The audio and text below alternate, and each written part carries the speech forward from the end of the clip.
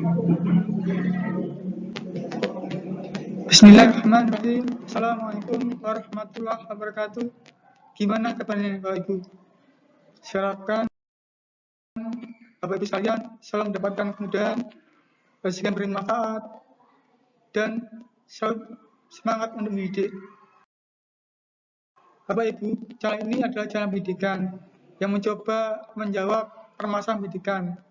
Mungkin remeh bagi kita, tetapi jadi bagi orang lain luar biasa.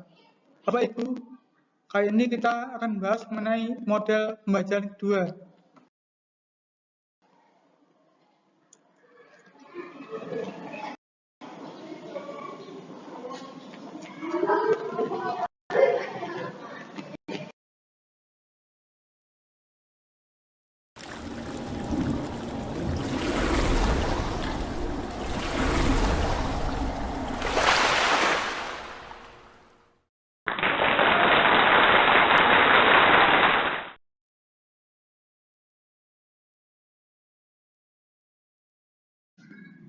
Indikator pencapaian kompetensi. Pertama, menjelaskan sintaks inquiry. Yang kedua, menjelaskan sintaks project based learning. Yang ketiga, menjelaskan sintaks discovery learning. Yang keempat, soal-soal. Ibu pasti tahu semua mengenai inquiry, ya. Jadi inquiry itu artinya penyelidikan atau pencarian. Masan kaji bukan hasil rekayasa. Jadi clear pendidikan atau pencarian untuk memuaskan rasa ingin tahu siswa. Dan siswa tidak memiliki kewajiban menemukan sesuatu. Sintaks inquiry. Yang pertama, tahap orientasi, di mana tahap orientasi ini merupakan tahap yang sangat penting. Tahap ini guru dituntut untuk menciptakan suasana kondusif dan menyenangkan belajar. Tahap ini yang dilakukan guru adalah pertama, memberitahu kepada siswa mengenai materi apa yang akan dipelajari. Yang kedua, tujuan yang akan dicapai. Yang ketiga, mempersiapkan siswa untuk memulai menggunakan metode pembelajaran inquiry. Yang kedua, merumuskan masalah. Merumuskan masalah, siswa ini diarahkan pada suatu masalah yang memerlukan pemecahan. Masalahnya dapat disajikan dengan cara yang menarik, seperti demonstrasi, unik, ataupun dalam bentuk teka-teki, sehingga siswa tertantang untuk mencari tahu apa yang jadi dan merumuskan dalam suatu pertanyaan ataupun pertanyaan yang kelak harus jawabnya sendiri.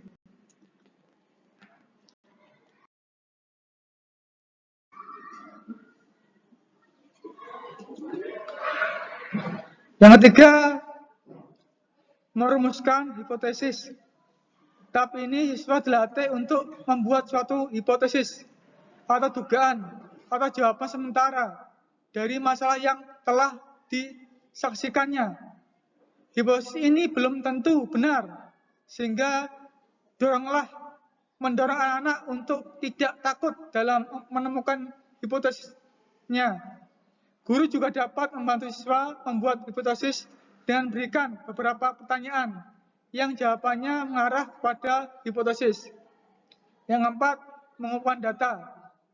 Pada tahap ini, siswa melakukan aktivitas mengumpulkan informasi yang dibutuhkan untuk menguji hipotesis yang telah dibuatnya di dalam pembelajaran inquiry. Tahap ini merupakan suatu proses yang sangat penting untuk mengembangkan kemampuan intelektual siswa.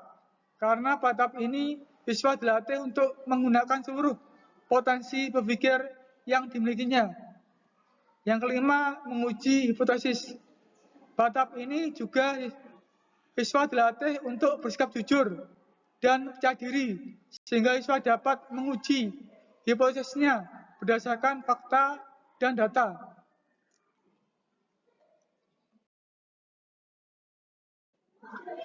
Project based learning.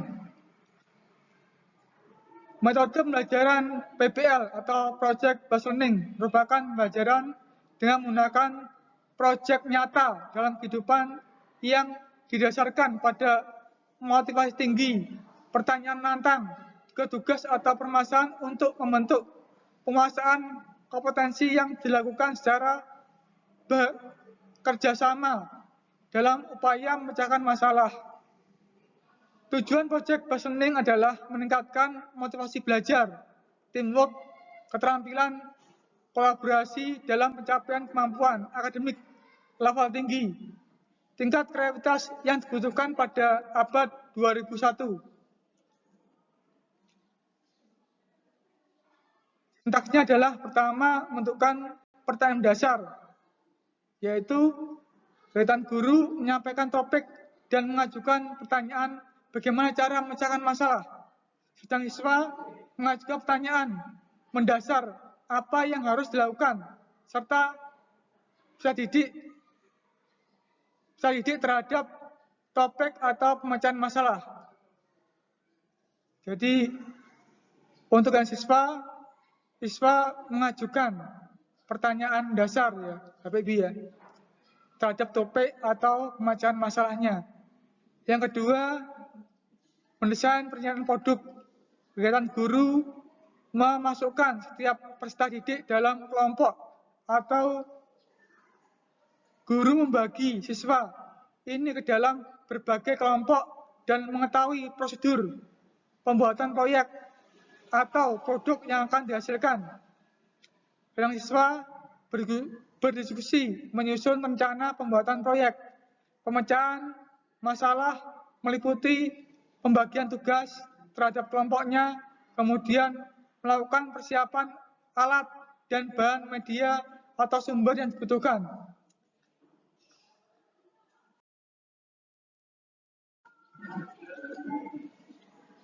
Tahap 3, menyusun jadwal pembuatan.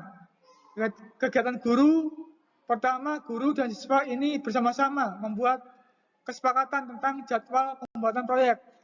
Kegiatan siswa menyusun jadwal penyelesaian proyek dengan memperhatikan batas waktu yang telah ditentukan bersama setelah menyusun jadwal. Yang keempat, memonitor aktifan dan perkembangan proyek. Kegiatan guru memantau keaktifan peserta didik selama melaksanakan proyek.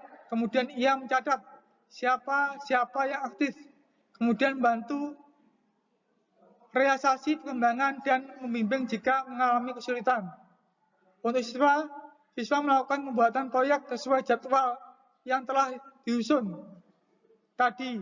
Kemudian mencatat setiap tahapan, mendiskusikan masalah yang muncul selama penyelesaian proyek dengan guru. Tahap 5, menguji hasil.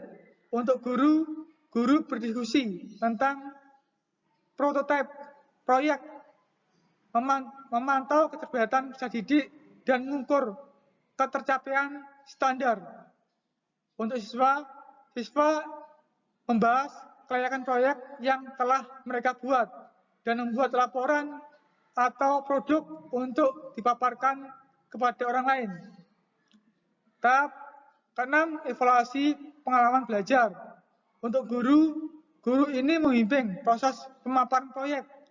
Menanggapi hasil selanjutnya, guru dan siswa ini memberikan kesimpulan dan refleksi. Untuk siswa, pemaparan proyeknya memaparkan proyeknya, sedang peserta didik yang lain memberikan tanggapan dan bersama guru menyimpulkan.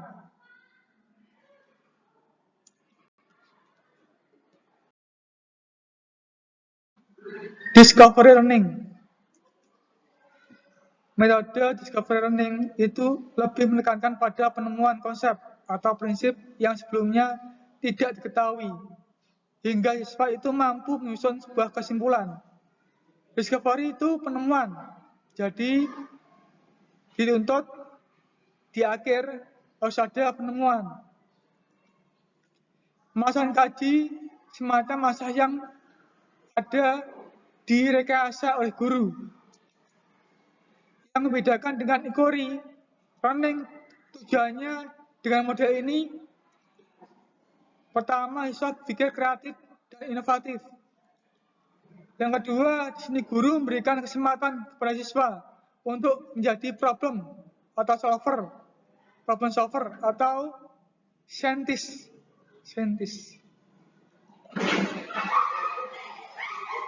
Untuk langkah-langkahnya atau sintaksnya, yang pertama, pemberian rangsangan atau simulasi. Kegiatan guru memulai kegiatan pembelajaran dengan mengajukan pertanyaan.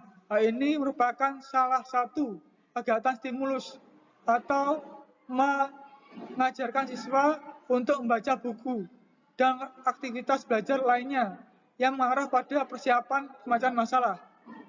Untuk kegiatan siswa, peserta didik dihadapkan pada sesuatu yang menimbulkan kebingungan. Kemudian dilanjutkan untuk tidak memberi generalisasi atau kesimpulan sementara agar timbul keinginan untuk menyelidiki sendiri.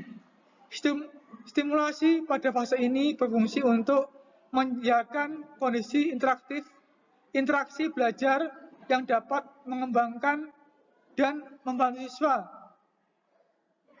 dalam mengeksplorasi.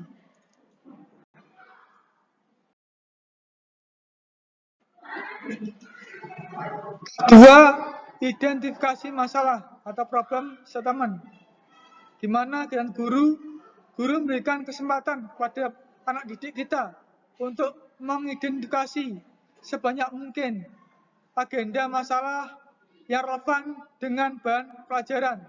Setelah itu kita menyuruh siswa untuk memilih salah satu dan dirumuskan dalam bentuk hipotesis. Untuk kegiatan siswa merumuskan permasalahan dalam bentuk pertanyaan atau hipotesis. Setelah kita memberikan stimulus, kita mengidentifikasi masalah, kemudian menyuruh siswa untuk memilih salah satu. Setelah itu ada masalah yang dipilih, barulah kita mengumpulkan data. Kegiatan tahap 3, pengumpulan data atau data collection, di mana kegiatan guru membimbing siswa untuk melakukan pengolahan atau eksplorasi data.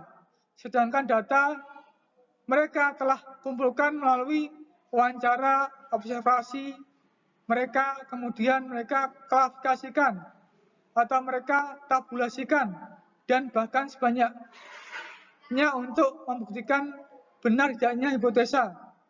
Untuk kegiatan siswa, peserta didik diberikan kesempatan untuk mengumpulkan informasi yang relevan sebanyak mungkin, mengumpulkan informasi baik dari membaca literatur, mengamati objek atau wawancara dengan narasumber, ataupun ia bisa melakukan uji coba sendiri.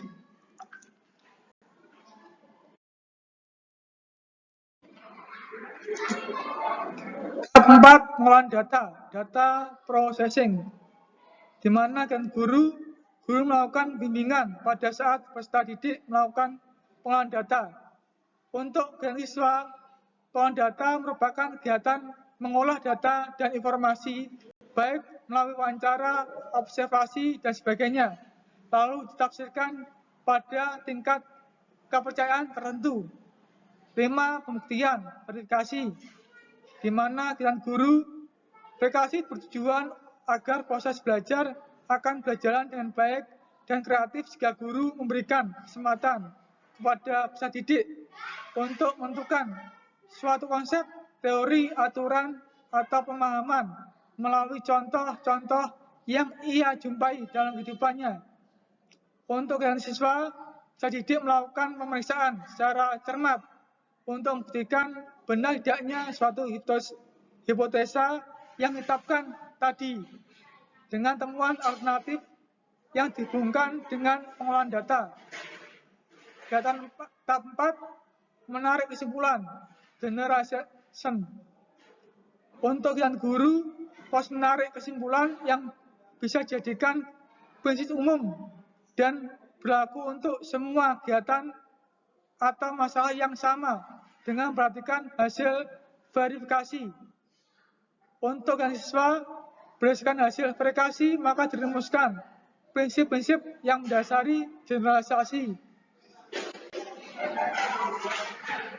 Nah ini, jadi kita bahas soalnya, Ibu. Model pembelajaran menjadi salah satu alat penting yang selalu digunakan oleh para pendidik agar proses pembelajaran menjadi lebih bervariasi dan akan membuat para siswa menjadi tidak jenuh, yang pada akhirnya akan memperoleh hasil yang lebih maksimal. Salah satu model pembelajaran yang sering digunakan adalah pembelajaran inquiry, berarti suatu rangkaian kegiatan belajar yang melibatkan secara maksimal seluruh kemampuan siswa untuk mencari dan menyelidiki secara sistematik, kritis, logis, analitis, sehingga mereka dapat merumuskan sendiri penemuannya dengan penuh percaya diri. Untuk dapat mengaplikasikan model pembelajaran inquiry pada siswa, terdapat langkah-langkah atau prosedur yang harus dilakukan dalam kegiatan belajar. Berikut ini langkah-langkah pembelajaran dengan model inquiry. Pertama, merumuskan masalah. Yang kedua, tahap orientasi. Ketiga, tahap pengumpulan data. Keempat, tahap merumuskan hipotesa. Yang kelima, menguji hipotesa. Urutan yang benar adalah A, 1, 2, 3, 4, 5. B, 1, 2, 3, 5, 4. C, 2, 1, 3, 4, 5. D, 2, 1, 4, 3, 5. E, 2, 1, 3, 4, 5. Jadi kalau kita bicara inquiry, Bapak Ibu ya, biasanya pertama adalah tahap orientasi dulu. Jadi siswa punya orientasi atau arah ya. Yang kedua biasanya baru merumuskan masalah. Setelah merumuskan masalah, baru merumuskan apa? Ya, hipotesa atau kesimpulan sementara. Yang ketiga, biasanya saya itu baru mengumpulkan data ya, Bapak Ibu ya. Terakhir biasanya menguji hipotesa. Jadi yang benar usul ini adalah D.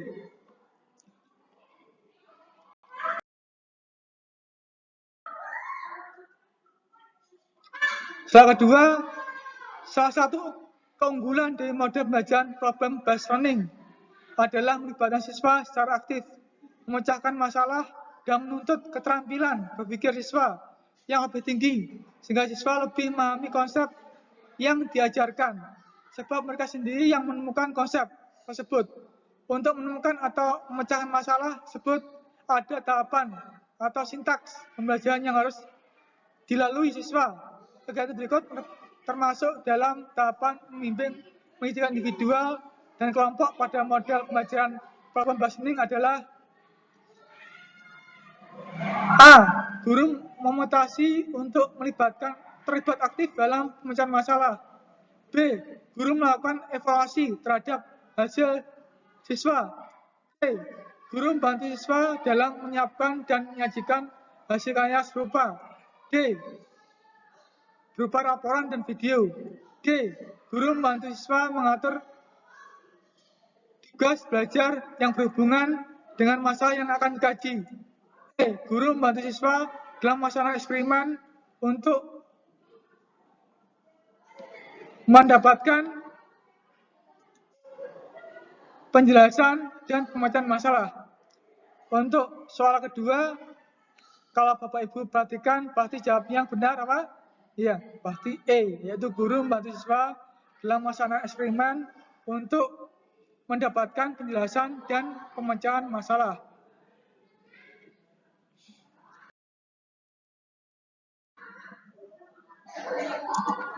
Soal 3, project based learning sebagai sebuah pendekatan pengajaran yang dibangun di atas kegiatan pelajaran dan tugas nyata yang memberikan tantangan bagi peserta didik yang terkait dengan kehidupan sehari-hari untuk dipecahkan secara berkelompok untuk dapat mengaplikasikan model pembelajaran project based learning kepada para siswa terhadap langkah-langkah atau prosedur yang harus dilakukan dalam kegiatan belajar. Berikut ini merupakan langkah-langkahnya. Pertama, mendesain perencanaan proyek. Yang kedua, menentukan pertanyaan dasar. Ketiga, diantaranya adalah melaporkan keaktifan pengembangan proyek dan perkembangan proyek. Ya. Yang keempat, menyusun jadwal pembuatan SIM dan mengevaluasi pengalaman belajar. Keenam, menguji hasil, dan urutan yang benar adalah A 1, 2, 3, 4, 5, 6, B 1, 2, 3, 4, 5, 4, 6, C 2, 1, 3, 4, 5, 6, D 2, 1, 4, 3, 6, 5, E 2, 1, 4, 3, 5, 6. Jadi kalau kita perhatikan, pertama pasti menemukan pertanyaan dasar dulu, Bapak Ibu ya. Yang kedua baru mendesain ya. Setelah menyusun pertanyaan dasar, mendesain ya. Yang ketiga menyusun jadwal pembuatan. Lalu yang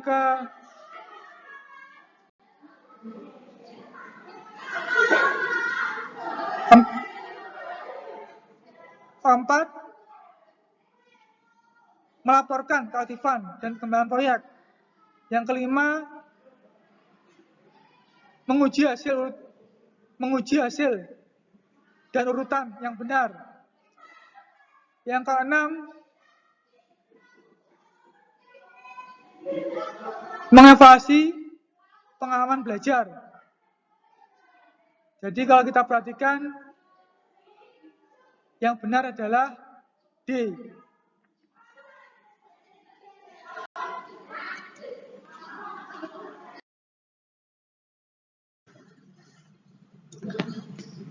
Model pembelajaran menjadi salah satu alat penting yang selalu digunakan oleh para pendidik agar proses pembelajaran menjadi lebih bervariasi dan akan membuat para siswa menjadi tidak jenuh, yang pada akhirnya akan memperoleh hasil yang lebih maksimal. Salah satu model pembelajaran yang sering digunakan oleh para pendidik adalah model pembelajaran discovery learning, yang untuk siswa untuk lebih aktif dalam memahami materi dan memberikan materi yang diberikan. Untuk itu, untuk menarik perhatian siswa dalam belajar, maka bisa menggunakan model pembelajaran deep learning pada kegiatan pembelajaran. Pada kegiatan inti pembelajaran, guna memerintahkan siswa untuk melakukan pemeriksaan secara cermat untuk membuktikan benar atau tidaknya hipotesis dengan temuan alternatif dan dihubungkan dengan hasil pengolahan data. Kegiatan yang harus dilakukan siswa tersebut ini termasuk dalam model pembelajaran discovery learning pada sintaks. A. Memberi rangsangan, B. Pengolahan data, C. Pengumpulan data, D. Menarik kesimpulan, E. Pembuktian atau verifikasi. Kalau pada kegiatan inti pembelajaran guna memerintahkan siswa untuk melakukan pemeriksaan secara cermat untuk membuktikan benar salah atau tidaknya hipotesa dengan temuan alternatif, maka itu termasuk tahap E ya, pembuktian atau verifikasi. Mungkin itu aja yang bisa saya sampaikan. Kurang lebihnya saya minta maaf. Billahi taufik wa hidayah. Wassalamualaikum warahmatullahi wabarakatuh.